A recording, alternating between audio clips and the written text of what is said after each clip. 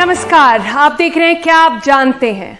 पिछले एपिसोड में हमने आपको बताया कि पेगासस आखिर है क्या, ये कैसे आपके फोन के अंदर घुसता है, कैसे आपके सारे कंटेंट की कॉपी बनाता है और फिर अपने आप ही डिसाइड करता है कब वो आपके फोन को आपकी बातचीत, आपके कैमरा, सब कुछ देखना सुनना बंद करेगा, खुद ही अपने आप को डिस्ट्रक्ट भी कर लेता है। लेकिन आज हम जानने की कोशिश करेंगे इस एपिसोड में कि क्या दुनिया की बड़ी बड़ी टेक कंपनीज, चाहे वो Amazon हो या एप्पल, एंड्रॉयड हो या गूगल, ये जितनी कंपनीज हैं, क्या ये पेगासस को रोकने में बुरी तरह से छूट चुकी हैं, हार चुकी हैं ये जो बैटल है डेटा सिक्योरिटी की पेगासस के साथ। हमने आपको पहले बताया कि कैसे जो एनालिसिस, फोन्स जो एनालिसिस के लिए एमनेस्टी की बर्लिन में लैब है, वहां पर गए, जिनको आइडेंटिफाई करा गया और उन्होंने एक्चुअली वो फोन्स देखे हैं, उन पर काम करा है जिसमें पेगासस था, जिसमें पेगासस इन्फेक्शन था, और उनके हिसाब से, उन साइंटिस्ट और उन टेक्निकल एक्सपर्ट्स के हिसाब से एक बार आपके फोन पर अगर पेगासस घुस जाए तो हैकर जो होता है उसके पास आपसे ज्यादा पावर होती है अपने फोन के ऊपर।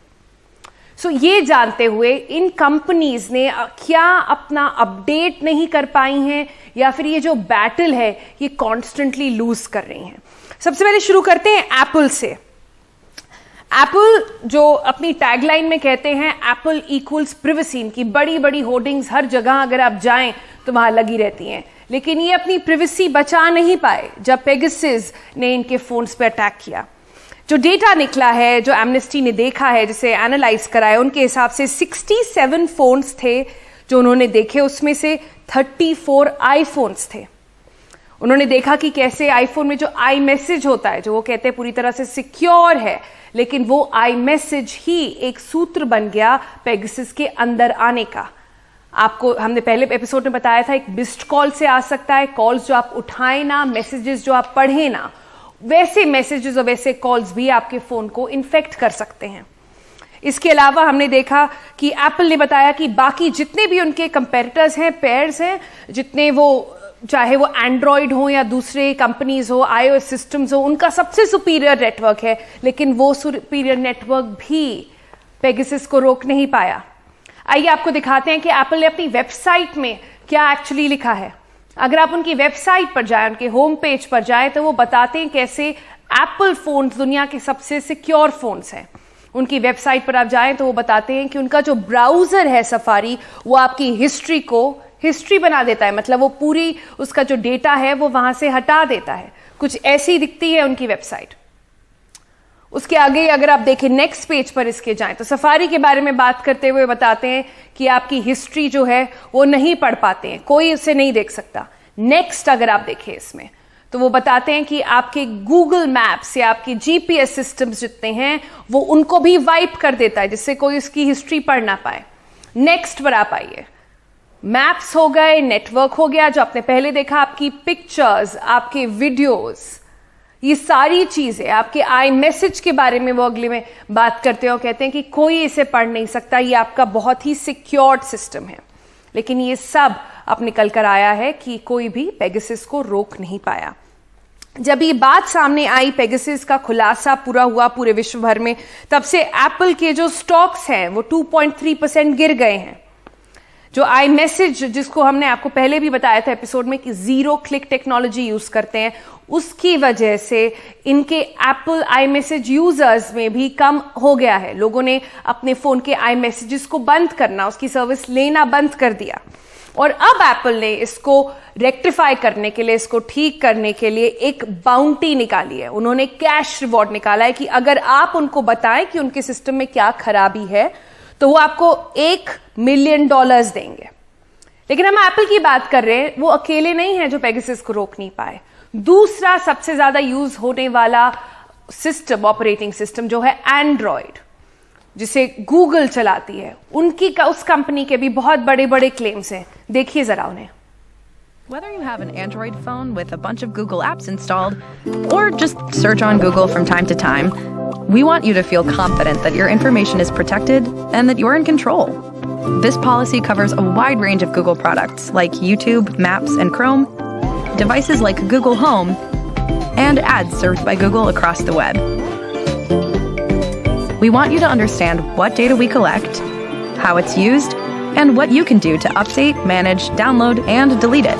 That's what this policy is for, to help you understand how we process information and how you can manage your privacy as you use our services.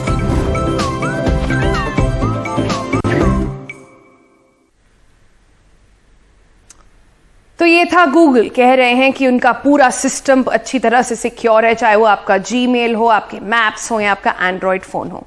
WhatsApp की बात करते हैं। व्हाट्सएप ने पहली बार इसके बारे में बात करनी शुरू करी थी 2019 में, जब उन्हें एक और खुलासा हुआ कि कैसे पेगासस ने व्हाट्सएप के थ्रू लोगों के फोन में ब्रेक इन कर लिया था। तब व्हाट्सएप ने कोर्ट में इसके अगेंस्ट केस करा, वो कोर्ट केस जीते, लेकिन फिर पेगासस और जो एनएसओ फर्म है जो उसे ओन करती है, उसने वो केस चैलेंज कराया। बाकी सारी कंपनीज मिलकर भी ये केस लड़ रही हैं, लेकिन जब से वो केस चलता जा रहा है, पेगासस अपना नेटवर्क बढ़ाता जा रहा है। अभी कितनी कंपनीज, और आप और हम छोड़िए, बड़े बड़े जो प्राइम मिनिस्टर्स हैं, कंपनीज के हेड्स हैं, प्रेसिडेंट्स हैं, रॉयल फैमिली के मेंबर्स हैं, इन सब के फोन हैक हो रहे हैं पेगासस की वजह से। व्हाट्सएप ने अपना स्टेटमेंट निकाला, उसके चीफ ने बहुत सारी ट्वीट्स करी और ये कहा है कि ये जो अब्यूजर्स हैं इनको अकाउंटेबिलिटी फिक्स करनी पड़ेगी, उनको कोर्ट तक ले जाना पड़ेगा, और ये बहुत बड़ा ह्यूमन राइट्स वायलेशन है। Amazon की बात करें, Amazon ने अपना एक्सेस जो वो एनएसओ को देते थे, पेगासस को देते थे, वो अब बंद कर दिया है। लेकिन ये एक्सेस था क्या, किस अरेंजमेंट में थे ये पेगासस के साथ या एनएसओ के साथ, ये उन्होंने इसकी कोई जानकारी नहीं दी है। सिग्नल की अगर बात करें, बहुत सारी कंपनीज हैं, लोग हैं जिनको लगता है व्हाट्सएप सेफ नहीं है, तो वो सिग्नल पर या टेलीग्राम पे शिफ्ट हो जाते हैं। उन्होंने भी ये कहा है कि उनके सिस्टम्स भी सेफ नहीं है। तो आखिर सेफ है क्या? क्या आपके फोन बदलने से, क्या आपके सिम कार्ड बदलने से, नंबर बदलने से पेगासस को आप रोक सकते हैं? ये कुछ सवाल हैं जो अब हम अपने पैनल की तरफ लेकर चलते हैं।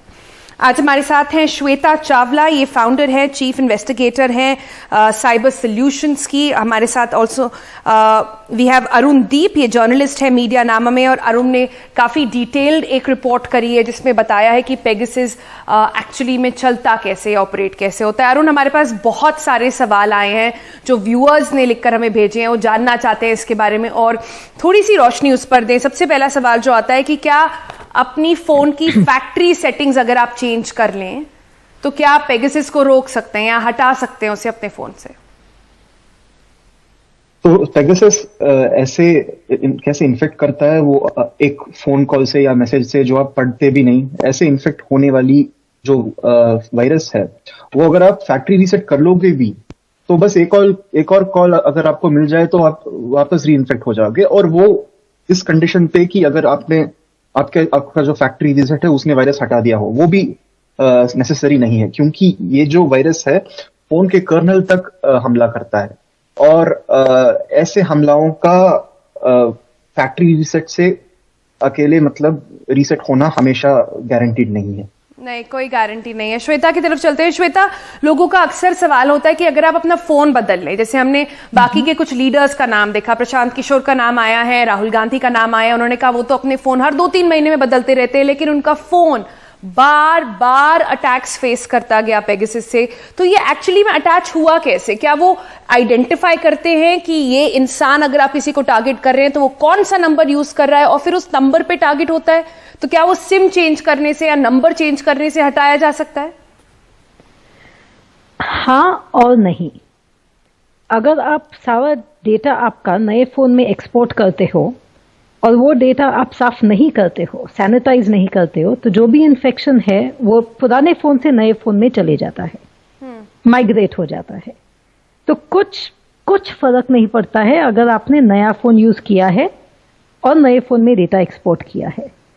अगर एक्सपोर्ट कर रहे हो तो डेटा सिलेक्टिवली एक्सपोर्ट करना होता है, उसको सैनिटाइज करना पड़ता है और उसके बाद ही डेटा एक्सपोर्ट किया जाता है। सैनिटाइज कैसे कर सकता है कोई आम इंसान जो ये देख रहा है? सबसे आसान तरीका, दिस इज फुल प्रूफ नहीं है, लेकिन सबसे आसान तरीका है आप डेटा एक दूसरे सिस्टम पे डाल दो, कंप्यूटर पे डाल दो, कंप्यूटर पे उसको एंटीवायरस से स्कैन कर लो, काफी सारे 2-3 एंटीवायरस से स्कैन कर लो, टेस्ट कर लो डेटा, और फिर सिर्फ वही डेटा जो आपको जरूरी है वही डेटा आपके फोन पे फिर से ट्रांसफर कर दो। हमारी बुरी आदत होती है कि हम बहुत सारा डेटा इकट्ठा करते हैं। जो नहीं चाहिए वो एप्स डाउनलोड करते हैं, जो डेटा नहीं चाहिए वो हम इंस्टॉल करते हैं, डाउनलोड करते हैं, और एक फोन से दूसरे फोन में डेटा हम लेके जाते हैं जी। तो एक्सपोर्ट करते समय डेटा साफ करना, सैनिटाइज करना और सिलेक्टिवली ट्रांसफर करना बहुत जरूरी होता है। इसे हम रिडक्शन इन अटैक सरफेस कहते हैं। सो उसका मतलब होता है कि आपका जो अटैक एरिया है, जिस ऐप से आपको अटैक हो सकता है, जिस डेटा से आपको अटैक हो सकता है, वो आप कम एप्स रखो, कम डेटा रखो तो कम अटैक सरफेस होता है जी। पर दूसरी श्वेता, आजकल जो फोन्स आते हैं और आप अगर कोई नया हैंडसेट खरीदें तो आजकल तो बहुत ही सीमलेस टेक्नोलॉजी हो गई है। आप अपना फोन दूसरे फोन के पास रखें, वो ऑटोमेटिकली सारा ट्रांसफर हो जाता है। ये कंपनीज जितनी हैं वो आपका एक तरह से इजी बना रही हैं सारा प्रोसेस, लेकिन आप कह रही हैं ऐसे करने से आप एक फोन का पेगासस इन्फेक्शन दूसरे फोन तक ले जाएंगे, तो इसे करना नहीं चाहिए अगर आपको लगता है आप हिट लिस्ट पर हैं। अगर सिक्योरिटी चाहिए, प्राइवेसी चाहिए तो कन्वीनियंस को छोड़ना पड़ेगा। सिक्योरिटी और प्राइवेसी के लिए काम करना पड़ता है, बहुत सारे मेजर्स लेने पड़ते हैं, और यस आसान होता है एक फोन से दूसरे फोन में डेटा ट्रांसफर करना। बहुत सारे एप्लीकेशंस है, एंड्रॉइड से आईफोन में शिफ्ट कर सकते हो, आईफोन से एंड्रॉइड में शिफ्ट कर सकते हो, आपको जैसे शिफ्ट करना है डेटा शिफ्ट कर सकते हो।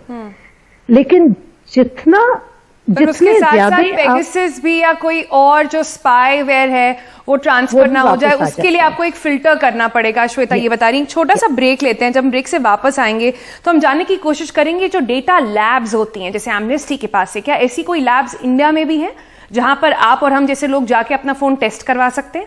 वो एक छोटे से ब्रेक के बाद।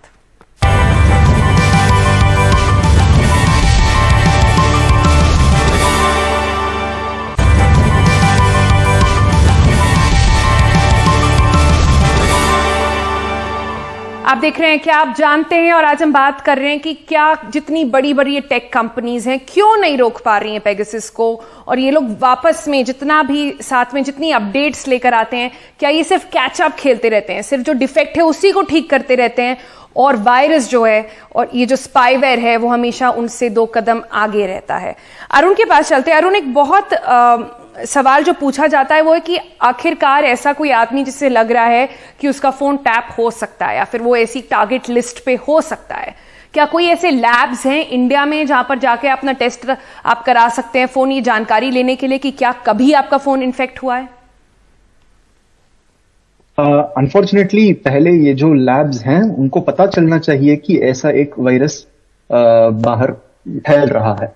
अगर लैब्स को इस वायरस की जानकारी भी नहीं है, इस एक्सप्लॉइट की जानकारी भी नहीं है, तो इंडिया में हो या बाहर हो उनको ये वायरस को पता लगाना भी बहुत मुश्किल बात हो जाती है। अगर पेगासस के जैसे इस मामले में अगर हमारे पास डेटा पहुंच गया कि ये वायरस कैसा काम करता है, तो आप खुद ही कुछ कोड स्क्रिप्टिंग देख के ऑनलाइन पे थोड़ा इंस्ट्रक्शंस देख के आप खुद अपने फोन का डेटा लेके आप देख सकते हो कि अच्छा ये मेरे डिवाइस में है कि नहीं।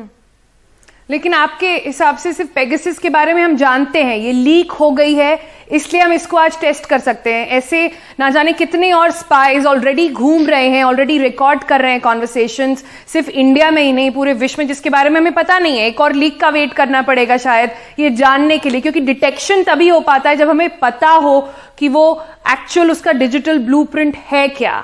ये बहुत इंपॉर्टेंट जानकारी अरुण हमें दे रहे हैं। एक और सवाल लेते हैं, श्वेता की तरफ जाते हैं। श्वेता, क्या एक फीचर फोन पे लोगों को अब शिफ्ट कर देना चाहिए? ये बहुत आम सवाल पूछा जाता है। लोग कहते हैं कि भाई ये स्मार्टफोन्स बहुत आसानी से इन्फेक्ट हो सकते हैं, तो क्या हम अपने पुराने जमाने की नोकिया पर चले जाएं जिसमें इंटरनेट ही नहीं है? जा सकते हैं, लेकिन फिर हम पुराने फोन्स पे सिर्फ नए फोन्स में क्यों माइग्रेट हुए? कन्वीनियंस, एप्स, इंटरनेशनल कम्युनिकेशन, और अगर ये सारी चीजें चाहिए तो ये पुराने फोन में नहीं मिलते हैं। पुराने फोन में आपका सिर्फ कॉलिंग और एसएमएस होता है, और पर वो कॉलिंग और एसएमएस भी हैक हो सकता है एक फीचर फोन के अंदर। फीचर फोन के अंदर, पुराने फोन के अंदर बग्स होते हैं, हैक करने के लिए कोई भी फोन हैक हो सकता है, कोई भी टेक्नोलॉजी हैक हो सकती है। और अगर आप पुराने फोन्स पे जा रहे हो तो आपको नए जो सारे सिक्योरिटी मेजर्स है वो सारे छोड़ के पुराने फोन्स पे जाना पड़ेगा। एक आखिरी सवाल लेते हैं अरुण से। अरुण, अभी हमने देखा ममता बनर्जी को, उन्होंने अपने फोन के ऊपर टेप लगा दिया अपने कैमरा पर, अपने माइक्रोफोन पर, और कह रही है ऐसे अब यूज करना पड़ेगा हमें फोन। आपको लगता है ऐसे आप रोक सकते हैं? अगर पेगासस है, कम से कम वो सुन नहीं पाएगा, देख नहीं पाएगा आपकी बातचीत को।